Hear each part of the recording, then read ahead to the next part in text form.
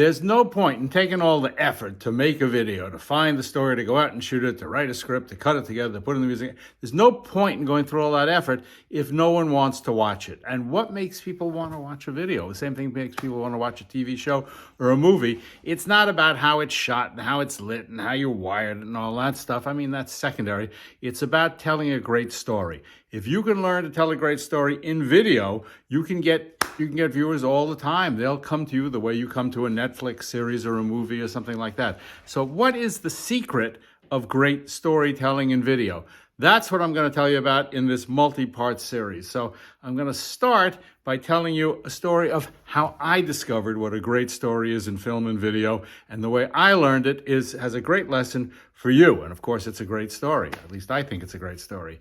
So my first job in television business was with WNET, Channel 13, the public television station in New York, except I was in Newark, New Jersey, which was an even further away, like Siberia part of it. And I worked for a New Jersey local news affairs public television program called Mainstream. Mainstream was on Saturday mornings at 6 o'clock in the morning. Not even my mother would get up to watch the thing, so we had like 0 viewers. And my first job in television, was what they called production assistant, which meant I basically sliced bagels and I made coffee for the one guest that would come in for this talk show. It was just a ridiculous job. Paid about $300 a week, but you got to start somewhere. Anyway, I was working there for about 6 or 8 months, and then it was 1983, to show you how old I am and how long ago this is, and it was the Democratic primaries for the presidential election being held in New York, and Channel 13, WNET, the local TV station, was going to host the Democratic candidates debate. This was a very big job for them. I mean, they didn't have an election unit. They weren't like NBC or CBS. And I don't know how they got it, but they got it. And so in order to put it together, they had to assemble kind of an elections unit internally. So there was a sign up on the wall at Channel 13 that said, anybody who wants to work for the election special, come to room 101 on Tuesday. And, we're going to assign things. So I went, because everybody went. There were about 50 people in the room, and this lovely woman who worked with me in Newark named Peggy Gershman was standing next to me. And somebody stood up in front and said, who wants to be a producer on the election special? And Peggy nailed me like this. She jammed me in the ribs, and I put up my hand. And they came over to me, and they go, can you produce for the election special? And I said, sure. They said, have you produced anything before? I went, sure. I produced coffee and I produced sliced bagels. So they said, okay, you're going to do Jesse Jackson. He's at the Hilton Hotel. We need a 2-minute video. It's tonight. And a 2-minute little bio, little story about him at Hilton. So go to the field shop and get the crew. And the show's going to start at 6. And it's like, I don't know, 11 or 12 or whatever. It was very early. And so so I went down to the field shop, which is where the crew was, because we worked with camera crews in those days. And to this day, I remember these two guys. So Dale Venice was the cameraman, and a guy named Nick Pavicevic, he was the sound guy, because we had a separate sound guy. And I walked in, and they go, oh, Mr. Producer, where are we going today? These guys, they knew right away I didn't know what I was doing, and they could have helped me, but they didn't. They decided to have fun instead. So they said to me, Mr. Producer, what kind of lens do you want to use? And I said, the regular one. And we got to the Hilton, and other camera crews are there, and they said, Mr. Producer, what kind of shot do you want here? And I went, no, the regular one. Mr. Producer, a long one. Oh, why? I didn't know what I was doing. And the problem was, I didn't know what I was doing, and they just did what I told them to do, which was a disaster. They could have helped me, but they didn't. Anyway, so we're shooting, and finally I come back with it vastly overshot and this big pile of junk. There's no question, completely uncuttable mess. And I come back and I go up to this edit suite, because we had edit suites. And there's this guy, Freddie Rodriguez, very nice guy. He's the editor. And so I walk in, and now the time is running. I got to get the thing done. Hours have gone. I wasted it. We took a lunch break. It was just stupid things to do. And so I'm in this edit suite with Freddie Rodriguez. He goes, yo, man, what do you want to do? And I said, well, put in that shot and put in that. I'm just making stuff up. Put in that shot. And he looks at me and goes, are you sure? I go, just put it in. The clock is running, and the clock is running. And pretty soon, the show starts. The live show starts downstairs in the studio, and I still haven't finished cutting the stupid thing. So the phone starts ringing, and Joan Connor, who was the vice president of Channel 13 and executive producer for the election special, is saying to me, where's the Jesse Jackson piece? And I'm going, it's coming, and I hang up the phone, and Freddie, put in that shot and put in that shot. And finally, the thing starts downstairs, and I still haven't finished.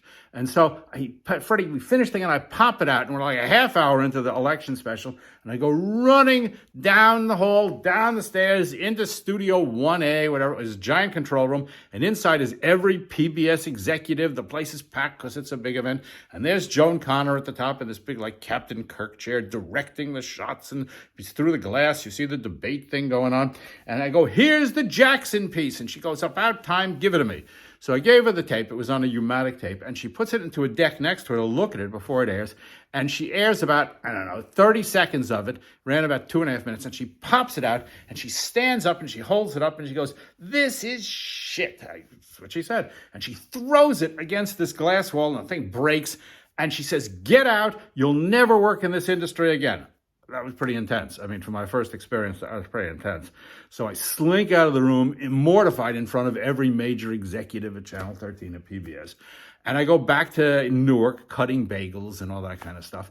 And then about 6 months later, the Army is closing down Fort Dix in New Jersey. And there's a sign up on the wall that says, Channel 13 is going to do a special on the closing of Fort Dix. If you want to work on the election special, come to room 101 on Friday. So I go to room 101 and they go, who wants to be a producer on the election special? I put up my hand and they go, have you produced anything before? And I said, well, during the election. And they go, great. You can produce part of the election. You go to Fort Dix on Monday. This was Friday. So I go to the field shop and work with the crew. So on Friday, I came home. And this new movie was started called A Soldier's Story, and it was starring Denzel Washington. It was his breakout movie. So I went to the movie, and I watched the movie 12 times. I just watched it, and I made notes on every shot in the movie. Close up on the shoes, close up on the flag, pull back to the wide, watch the people go march by, everything in the movie. I wrote down all the notes. On Monday, I go to the field shop to meet with Nick Pavicevic and Dale Venice. And they go, yo, man, you still working here? I go, yeah. Where are we going today, Mr. Producer? So I said, we're going to Fort Dix. So we get in the van and we drive. What kind of shot you want, Mr. Producer? These guys were still the same jerks they were before. And so I say, close up on the shoes, close up on the flags, pull back to the wide, watch the guys march, all the stuff I saw in the movie. I just replicated what I saw in the movie. I came back to Channel 13. Same edit with Freddie Rodriguez. Freddie goes, yo, man, you still working here? I go, yeah.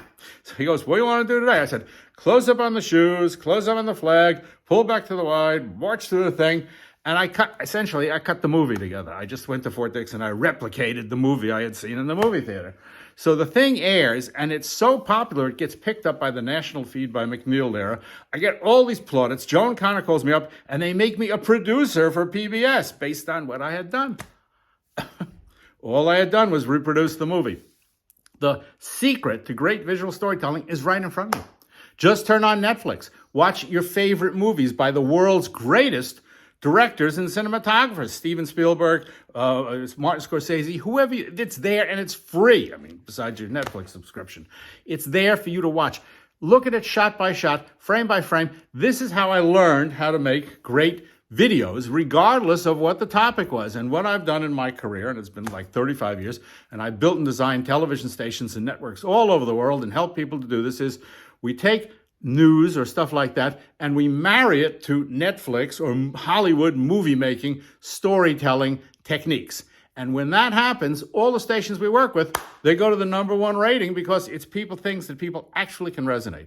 There's a grammar to storytelling in video, and it's not about stand-ups, and it's not about talking to cats, it's not about, 99% of the stuff you see, long interviews. The secret to great storytelling and filmmaking and video is right in front of you. It's in front of all of us. And so what I did was I distilled this thing down and made it reproducible. And that's what I'm going to do for you. So watch for part 2. But I hope you enjoyed part 1. And if you did, subscribe. Why not? It doesn't cost anything. I'll see you later.